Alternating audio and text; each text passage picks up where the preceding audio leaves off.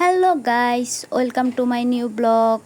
আজকে হঠাৎ করে প্ল্যান হলো যে আমরা সবাই মিলে বোটানিক্যাল গার্ডেনে যাবো, তাই তাড়াতাড়ি করে রেডি হয়ে আমরা চলে যাচ্ছি সবাই বোটানিক্যাল গার্ডেনের উদ্দেশ্যে এবং অনেক মজা করব।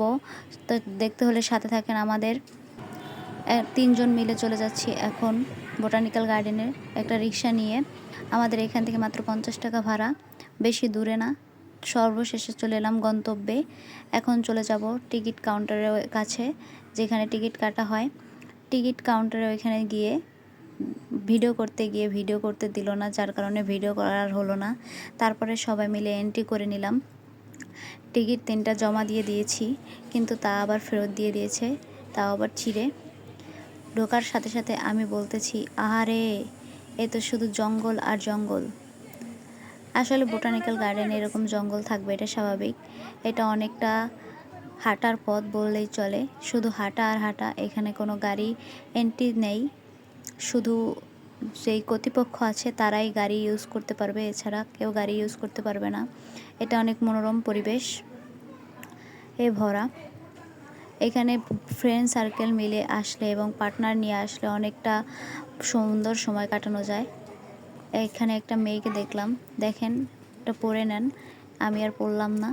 এই মেয়েটা যে চিল্লানি দিচ্ছে, ভাবছি তো মনে হয় রাসেল ভাইপার দেখে চিল্লাইছে, কিন্তু তারপরে দেখি যে না, একটা কাঠবিড়ালি। এই জায়গাটা পার্সোনালি আমার কাছে অনেক ভালো লাগছে, তাই এখানে সবাই মিলে কয়েকটা ছবি এবং ভিডিও তুলে নিয়েছি। তারপরে চলে যাচ্ছি শাপলা পুকুরের উদ্দেশ্যে। এখানে শাপলা পুকুরের এখানে একটা গেটের মতো করেছে ঝোপঝাড় দিয়ে, অনেক সুন্দর লাগতেছিল। যাই হোক, এখানে কয়েকটা ছবি তুললাম। তারপরে চলে গেলাম জঙ্গলের ভিতর, যেখানে আমরা কয়েকটা ছবি নিয়েছি। আপু বলতেছিল গাছে উঠবে, গাছে উঠে একটা ছবি তুলবে আর পোস্ট করে বলবে আজকেও নেই বলে একা একা ঘুরতে হয়।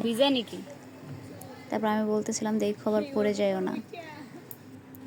এই যে হচ্ছে শাপলা পুকুর। আসলে এটা শাপলা পুকুর না, এটা হচ্ছে পদ্ম পুকুর। যদিও আপনাদের ক্লিয়ারলি ফুটেজটা দেখাতে পারছি না, এখানে দুপুরের দিকে আসছি তো, যার কারণে ফোটেনি ফুলগুলো। কার কার বাঁশ লাগবে ভাই, আয়সা নিয়ে যান। আমার লাইফে তো বাঁশ দেওয়ার মানুষের অভাব নাই। অনেকটা মেঘলা ছিল আকাশ, যার কারণে এখানে একটু ঠান্ডা হাওয়া বইতেছিল, বৃষ্টিও হয়েছে।